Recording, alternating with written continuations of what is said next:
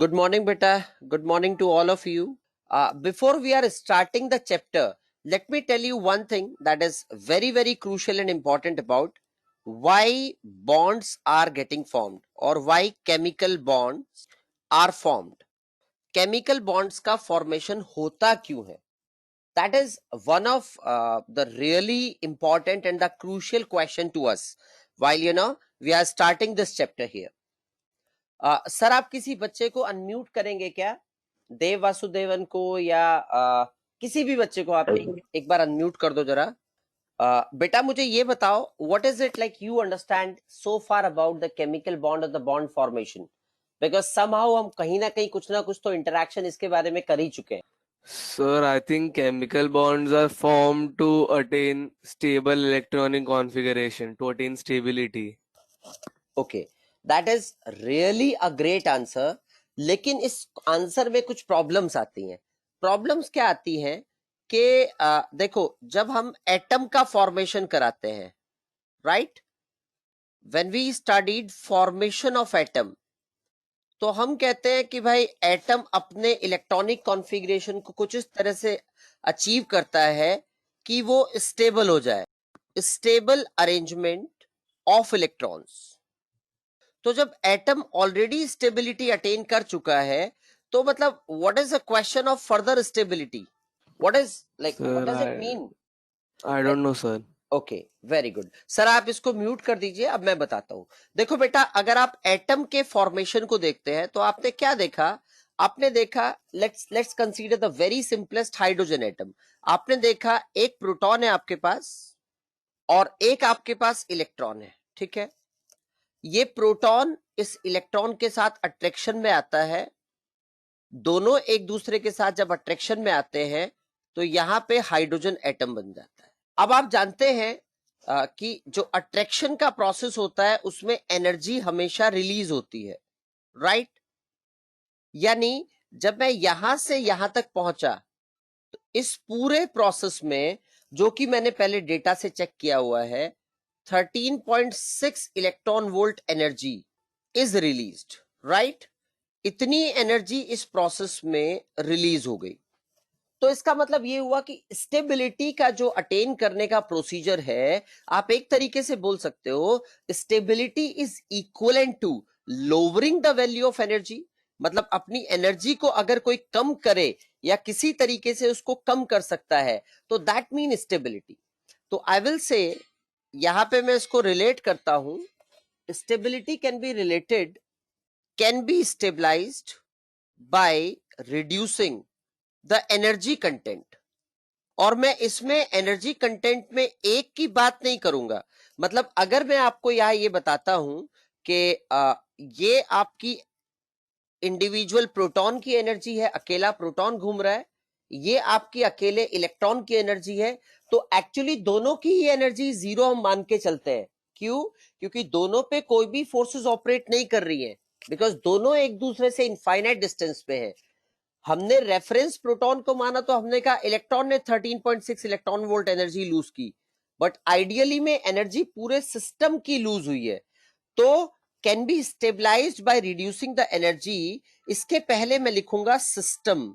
वो सिस्टम में आपके जितने भी कंपोनेंट इन्वॉल्व हैं, whether it is nucleus involve there or it is electron involved there or it is electron proton combined involved there or 2 atoms involved there, 5 atoms involved there, 10 atoms involved there, जितना भी सब है वो सब अपनी energy को कम करके stability attain करने की कोशिश करता है। That is how chemical bonding procedure is. इसके लिए मैं एक आपको पहले बहुत एलिमेंट्री और बेसिक एग्जांपल देता हूं। देखिए, लेट अस कंसीडर एग्जांपल के formation of hydrogen H2 molecule. मैंने हाइड्रोजन क्यों लिया है ये भी मैं आपको बता देता हूं, क्योंकि आप लोग पहले क्या करते हैं, आप लोग पहले हाइड्रोजन की वैलेंसी आप पहले पढ़ चुके होते हैं। हाइड्रोजन का ऑक्सीडेशन नंबर हमने देखा ही हुआ है। भाई हाइड्रोजन के पास तो एक ही इलेक्ट्रॉन है, इसकी आउटर मोस्ट शेल में एक ही इलेक्ट्रॉन है। तो हाइड्रोजन जब दूसरे हाइड्रोजन से जुड़ने जाएगा तो ये क्या बनाएगा? एक सिंगल बॉन्ड बनाएगा, राइट? अब जरा हम एक बार इसको देखते हैं. Let us forget about the octet rule, let us forget about inert gas configuration, let us focus on something else. एक हाइड्रोजन था, इसके पास एक इलेक्ट्रॉन था. ये वाले न्यूक्लियस में एक प्रोटॉन है और यहां पे आपका एक इलेक्ट्रॉन है. Now one proton is exerting its attractive forces on one electron. Okay, now what happened, यहां पे ये वाले हाइड्रोजन का न्यूक्लियस है, मतलब आपका एक प्रोटॉन है. इसके नेक्स्ट आपके दूसरे हाइड्रोजन एटम का न्यूक्लियस है, मतलब यहां भी एक प्रोटॉन है. और यहां आपके पास शेयरिंग में आपको क्या दिख रहा है, दो इलेक्ट्रॉन्स है. सो नाउ व्हाट हैपेंड, ये वाला प्रोटॉन भी दोनों इलेक्ट्रॉन को अट्रैक्ट कर रहा है और ये वाला प्रोटॉन भी दोनों इलेक्ट्रॉन को अट्रैक्ट कर रहा है. तो जहां पहले एक प्रोटॉन एक इलेक्ट्रॉन की तरफ अट्रैक्ट हो रहा था, या एक इलेक्ट्रॉन को सिर्फ एक ही प्रोटॉन की अट्रैक्टिव फोर्स एक्सपीरियंस हो रही थी, वहां पे अब जो नेट अट्रैक्शन है ऑन द इलेक्ट्रॉन, और you can also say the net attraction of the system inside the system is increased. Therefore क्या होता है, जब हाइड्रोजन एटम आपस में कंबाइन करके हाइड्रोजन मॉलिक्यूल बनाते हैं, यहां पे एनर्जी निकलती है, और कितनी, बहुत ज्यादा एनर्जी निकलती है, that is 436 kilojoule per mole. This is one of the strongest bond. हम लोग आगे चल के डिस्कस करेंगे, स्ट्रॉन्ग की बात हमें यहाँ पे नहीं करनी है, आपको इसके चक्कर में पड़ना भी नहीं है. अभी तक का जो प्रोसीजर आपको जो आपकी स्क्रीन पे दिख रहा है, that is only to make you understand that why does atom combines to form molecules और why chemical bonding takes place. तो केमिकल बॉन्डिंग का जो बेसिक प्रोसीजर है, वो प्रोसीजर ये है कि ओवरऑल सिस्टम, सिस्टम का मतलब जितने भी एटम्स उस पर्टिकुलर टाइप के बॉन्ड या मॉलिक्यूल में इन्वॉल्व हैं, वो सभी की एनर्जी अगर कम होगी, everything, the overall system must get stabilised, then and then only bond formation is favourable. और एक और बात मैं कह सकता हूं, यहां मैं क्या कहूंगा, इससे एक नेट आउटकम निकलता है. What is the outcome, bond formation is always exothermic. बेटा एक्सो का मतलब आप जानते हैं बाहर, थर्मिक का मतलब हीट. तो हीट बाहर निकलती है, मतलब energy is released in this process, energy released, right. Exothermic हम लोग पहले पढ़ भी चुके हैं, राइट. तो अगर हम इस क्वेश्चन का आंसर भी यहां पे लिखें, तो we will say to increase stability of system. मतलब केमिकल बॉन्ड फॉर्मेशन क्यों हो रहा है, स्टेबिलिटी बढ़ाने के लिए हो रहा है. बस ये आप शॉर्ट में डिस्कस कर सकते हो. और केमिकल बॉन्डिंग में बॉन्ड को डिफाइन करना पड़े, हाउ विल आई डिफाइन, मैं क्या डिफाइन करूंगा बॉन्ड को. अभी तो मैंने डिस्कस किया कि भाई स्टेबिलिटी सिस्टम की बढ़ जाएगी, that is it. How do I define the bond, interaction between two atoms to attain stable. okay, very good, that is really a good answer. Can we add on something, because what is it that is, you know, we are taking an outcome from that interaction. मैं लिखूंगा अभी इसको, तब तक मैं आपको एक बार बता देता हूं. देखिए क्या हम लिखेंगे, हम लिखेंगे chemical bonding is a process of reshuffling of atoms, reshuffling of electrons of the atoms which are mutually interacting together to attain stability. क्योंकि जब आप स्टेबिलिटी अटेन करने की बात करें, तो आप सिर्फ इलेक्ट्रॉन को शफल कर रहे हैं, आप उसके न्यूक्लियस में कोई छेड़छाड़ कर ही नहीं रहे, न्यूक्लियस के बारे में आपका कोई रोल ही नहीं है वहां पे. तो I would say it is reshuffling of electron of a particular atom while multiple atoms are forming bonds to attain further stability.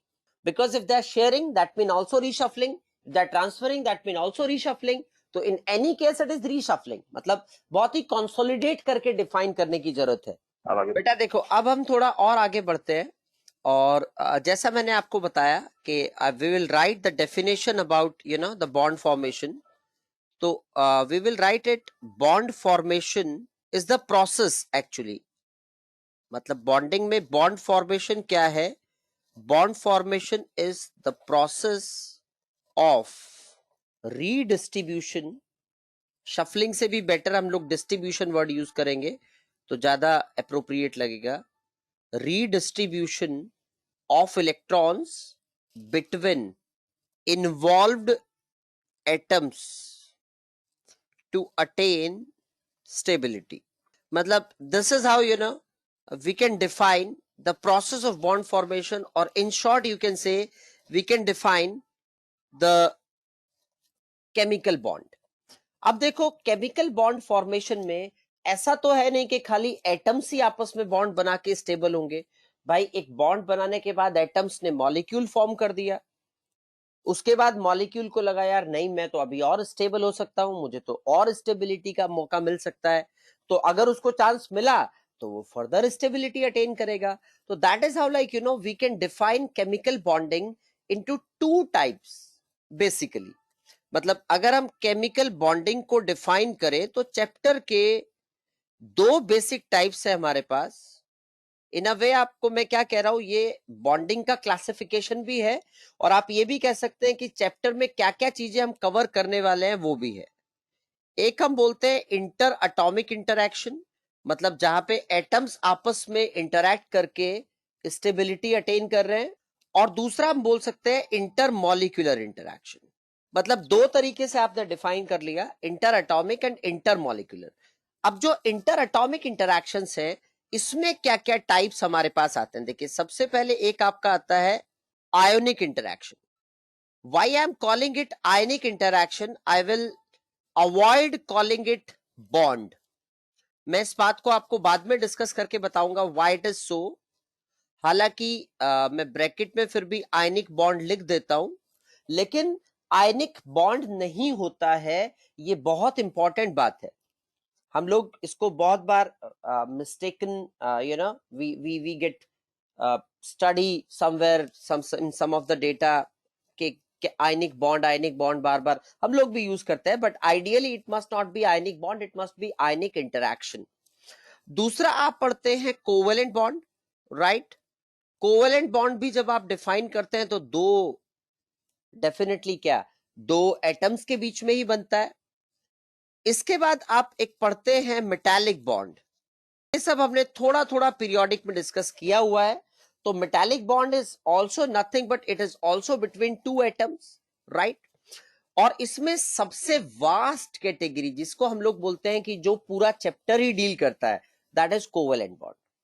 Covalent bond में बहुत सारी कैटेगरीज हैं, जिसमें one of the category what we study is I will say mutual covalent bond. Mutual covalent bond मतलब आप ये कह सकते हैं जिसको नॉर्मली हम कोवेलेंट बॉन्ड बोलते हैं, जहां पे दोनों एटम्स जो आपस में इन्वॉल्व हैं वो इलेक्ट्रॉन की शेयरिंग करेंगे, राइट।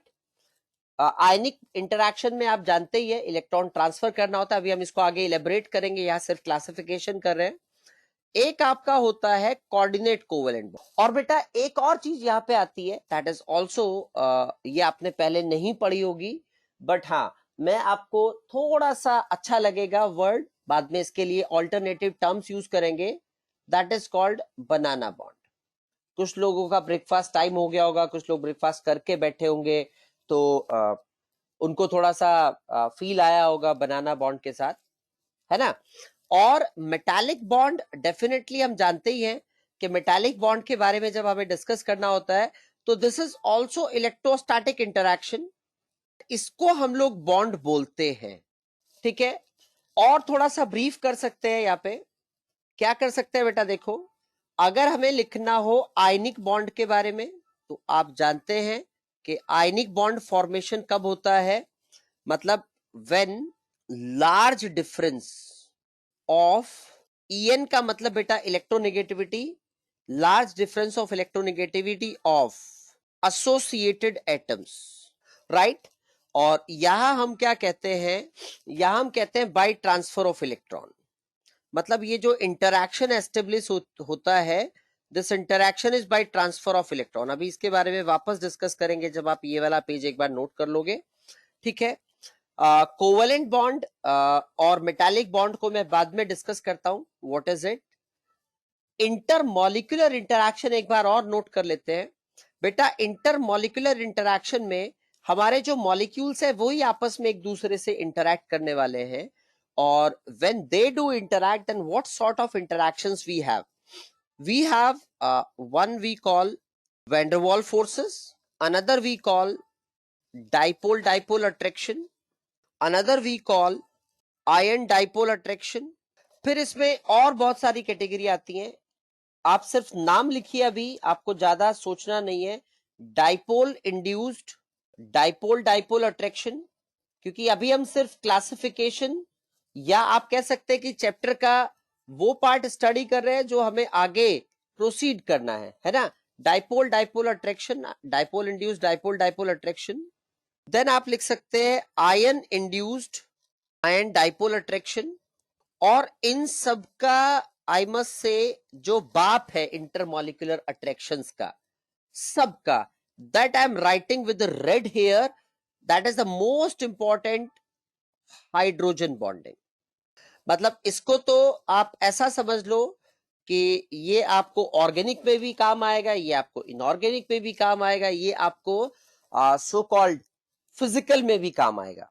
देखो, एक ये है डाइपोल अट्रैक्शन, एक आयन डाइपोल अट्रैक्शन, एक डाइपोल इंड्यूस्ड डाइपोल अट्रैक्शन, एक ion induced dipole attraction, ion dipole attraction. Underline भी कर देता हूं.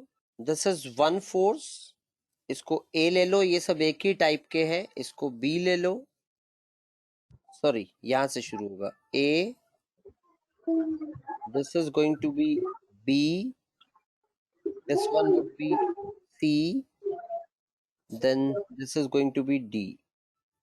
अब देखो बेटा, हम एक और चीज पे आते हैं, दैट इज जो अभी हमने डिस्कस की कि अगर हम आयनिक अट्रैक्शन की या आयनिक इंटरैक्शन की बात करें, तो हमने अभी डिस्कस किया लार्ज डिफरेंस ऑफ इलेक्ट्रोनेगेटिविटी, या आप ये कह सकते हैं कि ionic interaction when we have to consider, we will say between metal, जिसको आप बोलते हैं इलेक्ट्रोपॉजिटिव. इलेक्ट्रोपॉजिटिव का मतलब क्या है? जो इलेक्ट्रॉन आसानी से लूज कर दे. And non metal, non metal मतलब आप कह सकते हैं इलेक्ट्रोनेगेटिव, जो आसानी से इलेक्ट्रॉन गेन कर ले. राइट? तो मतलब एक वो जो इलेक्ट्रॉन के लिए भूखा है, और एक वो जो इलेक्ट्रॉन देना चाहता है ना. एक के पास इलेक्ट्रॉन, उसको भारी लग रहा है, क्यों है मेरे पास, और एक को इलेक्ट्रॉन चाहिए, वो चाह रहा है कि मेरे पास क्यों नहीं है. ऐसे दो स्पीशीज के बीच में जो इंटरैक्शन है उसको आप आयनिक इंटरैक्शन बोलते हैं.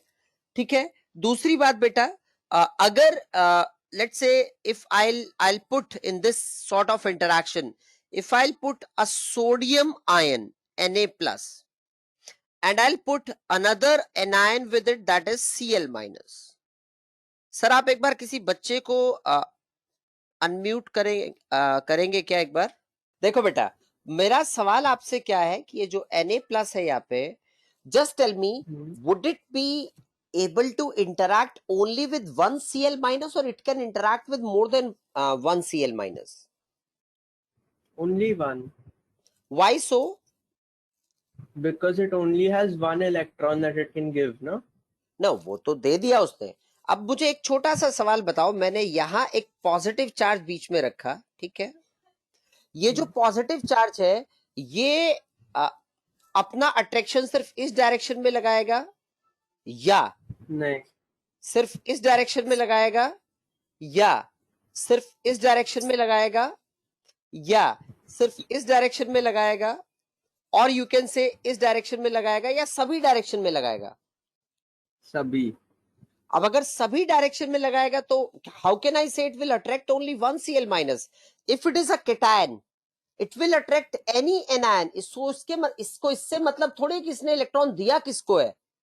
लेट्स से सोडियम ने इलेक्ट्रॉन क्लोरीन को दिया, क्लोरीन एनायन बना और किसी दूसरे केटायन की तरफ अट्रैक्ट होके चला गया, और इसके पास अट्रैक्ट होके लेट्स से F माइनस आ गया, तो क्या ये F माइनस को बोलेगा नहीं नहीं मैंने तेरे को इलेक्ट्रॉन नहीं दिया, तू मेरे पास मत आ? नहीं नहीं, F तो को भी लेगा. दैट इज वाई मैंने कहा ये इंटरैक्शन है. Now might be you guys are able to understand कि हमने आयनिक बॉन्ड क्यों नहीं बोला, क्योंकि कुछ फिक्स है ही नहीं यहाँ पे. समझ रहे हो? It is sort of attraction, nothing is fixed भाई। एक प्लस एक माइनस, दो ऑपोजिट चार्जेस है, दोनों एक दूसरे को अट्रैक्ट कर रहे हैं। अब प्लस कौन सा है माइनस कौन सा है, it is not the question of this attraction. Are you getting my point? या so now let me tell you one thing for the sake of, because मैंने यहाँ पे NaCl लिखा है, हालांकि ये वाली बात को आप सिर्फ एज एन इंफॉर्मेशन रखना, क्या 1 Na plus is surrounded by 6 Cl minus and each Cl minus is surrounded by 6 Na plus। इसका रीजन मैं आपको बता सकता हूं, बता भी देता हूं, लेकिन अभी इस चीज को ज्यादा मतलब 6 ही क्यों आए ये वाले क्वेश्चन को अभी आंसर नहीं करेंगे। देखो बेटा, सॉलिड स्टेट में जब कोई भी सब्सटेंस कंडेंस होता है तो सॉलिड में तो सारी चीजें पास पास आ जाती हैं, तो ये वाले पॉजिटिव का जो अट्रैक्शन है वो अट्रैक्शन अपने चारों तरफ कितने Cl माइनस को एकोमोडेट कर सकता है, तो वो जो Cl माइनस का नंबर है वो Cl माइनस का नंबर 6 है। बिल्कुल इसी तरह अगर मैं एक Cl माइनस के अराउंड देखूं कि कितने Na प्लस आ सकते हैं, तो एक Cl माइनस के चारों तरफ जो Na प्लस आने वाले हैं उनका जो नंबर है that is also 6। It is something like this, क्योंकि मैं इसीलिए इसको इंटरैक्शन बोल रहा हूं, आयनिक इंटरैक्शन। आयंस एक दूसरे से इंटरैक्ट कर रहे हैं, इनका कोई कमिटमेंट नहीं है भाई। Na प्लस को अगर Cl माइनस से ज्यादा स्ट्रांगली अट्रैक्ट करने वाला कोई दूसरा एनायन मिल गया तो इट विल मूव ऑन, या Cl माइनस को अगर Na प्लस से ज्यादा स्ट्रांगली अट्रैक्ट करने वाला कोई कैटायन मिल गया तो इट विल मूव ऑन।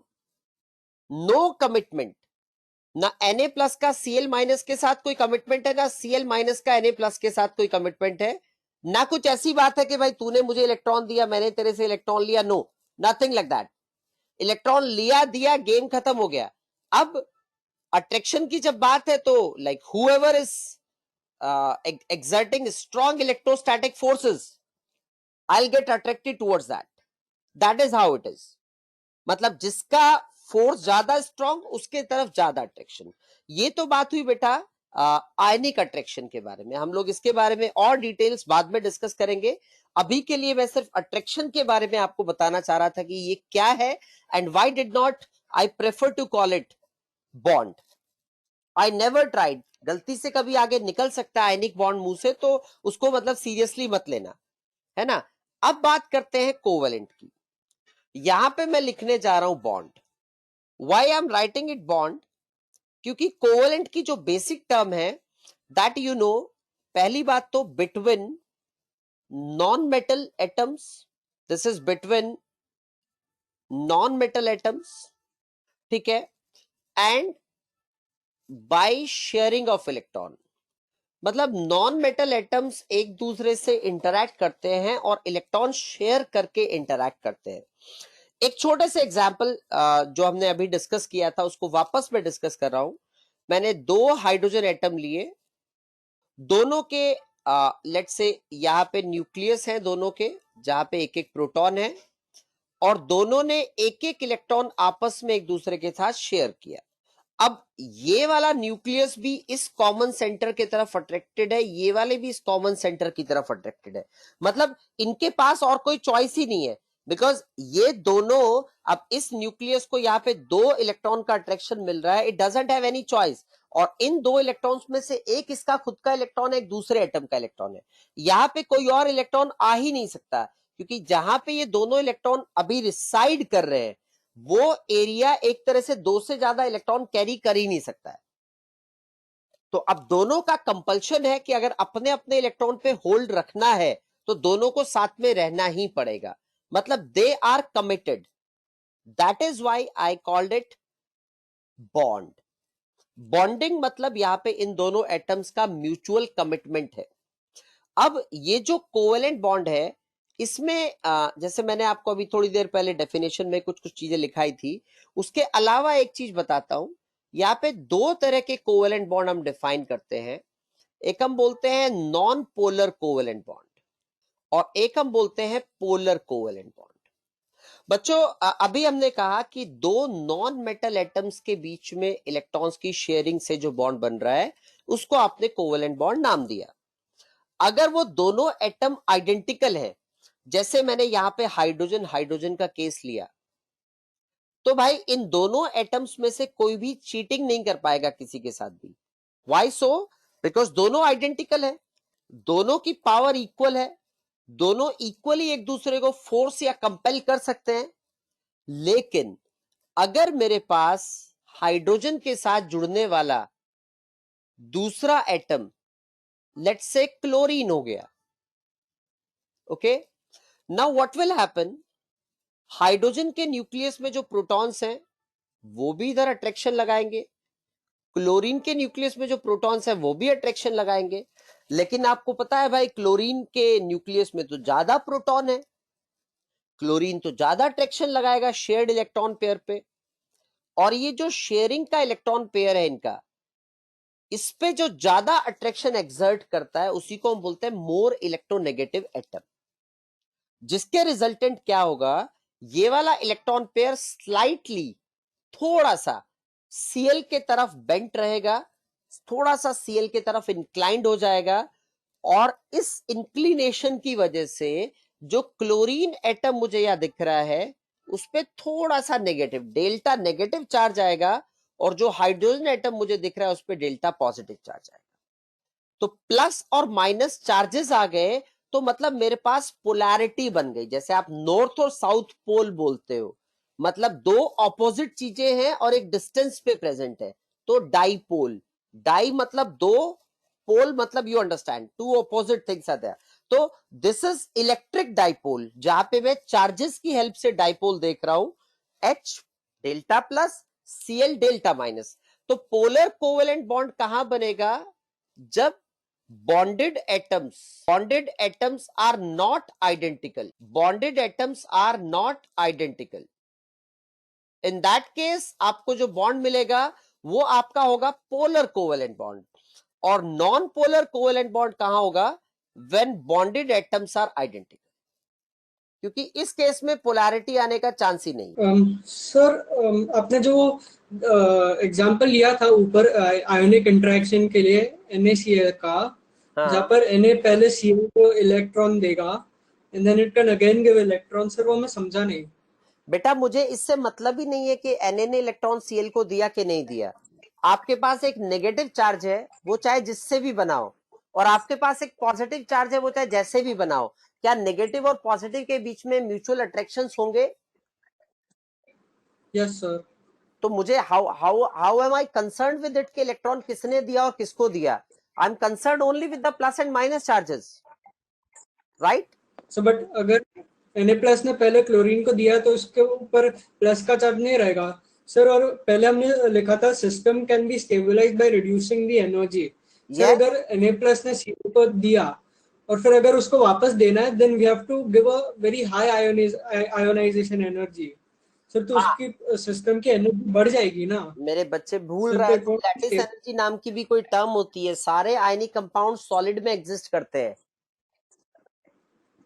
तो जब ये Na+ और Cl- एक दूसरे को अट्रैक्ट करके सॉलिड स्टेट अटेन करेंगे तो क्या होगा, वहां पे एनर्जी निकलेगी ना, जिसको लैटिस एनर्जी हम बोलते हैं।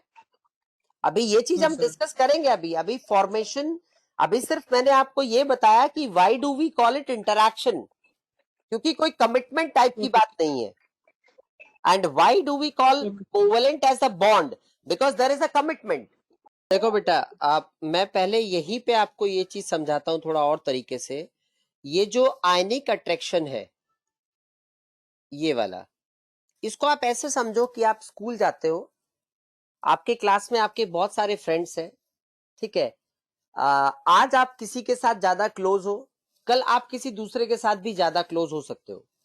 मतलब you are close by and but it depends on के यू नो, अगर कोई और आपको ज्यादा लगता है कि इसके साथ मेरी ज्यादा अच्छी बनती है तो उसके साथ आपकी दोस्ती ज्यादा हो जाएगी, और लगता है कि इसके साथ मेरी अब कम बन रही है तो उससे दोस्ती कम हो जाएगी। This is sort of ionic attraction और आयनिक इंटरैक्शन, जहां पे कुछ कंपल्सिव नहीं है। और ये भी कंपल्सिव नहीं है कि आप एक ही दोस्त बना सकते हैं क्लास में, आप 2 भी बना सकते हैं, 4 भी बना सकते हैं. That is how you can consider the ionic bond. अभी कोवेलेंट बॉन्डिंग के लिए एग्जाम्पल आपने समझ ही लिया है, बट फिर भी म्यूचुअल कोवेलेंट बॉन्ड का मतलब क्या हुआ? म्यूचुअल कोवेलेंट बॉन्ड का मतलब you can consider your hostel room partner. आप दोनों हॉस्टल रूम पार्टनर है, साथ में रह रहे हैं. यहां पे दोनों तरह की पॉसिबिलिटी हो सकती है.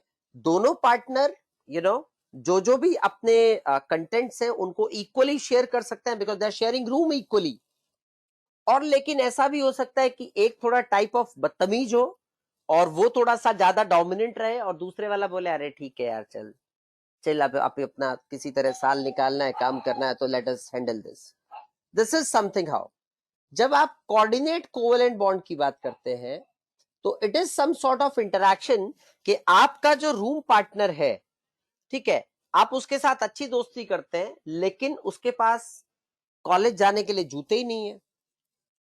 आपने कहा यार तू मेरे जूते पहन के चला जा, कोई बात नहीं, ठीक है. उसके पास कॉलेज जाने के लिए अच्छे कपड़े भी नहीं है, आपने उसको अपने कपड़े भी ऑफर कर दिए.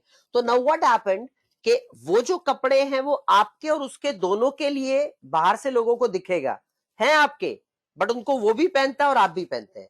तो कोऑर्डिनेट बॉन्ड में क्या होता है, एक ही एटम इलेक्ट्रॉन शेयरिंग के लिए देता है लेकिन शेयरिंग दोनों के बीच होती है. मतलब डोनर एटम एक होगा, एक एक्सेप्टर होगा, लेकिन बॉन्ड बनने के बाद हमें ये नहीं पता है कि कौन डोनर कौन एक्सेप्टर, क्योंकि हम यही कहेंगे कि ये दोनों के बीच का इंटरैक्शन. बनाना बॉन्ड की बात हम अभी नहीं कर रहे हैं, लेट अस लीव इट.